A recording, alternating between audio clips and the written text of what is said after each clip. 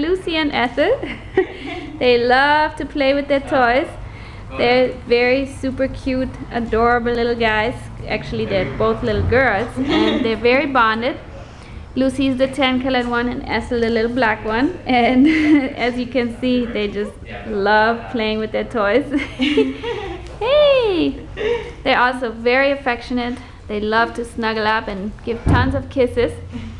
And Lucy and Ethel also are good with other dogs. But again, they need to stay together as they're very bonded. And they love to snuggle up on their dog bed together and play with each other all day. So they're pretty self-sufficient. They just need a nice loving home to go to. Yay! Oh, happy dogs, happy tails. Oh, how cute they are. Yay! There they are. Hi, Lucy. Oh, look at these cute ears.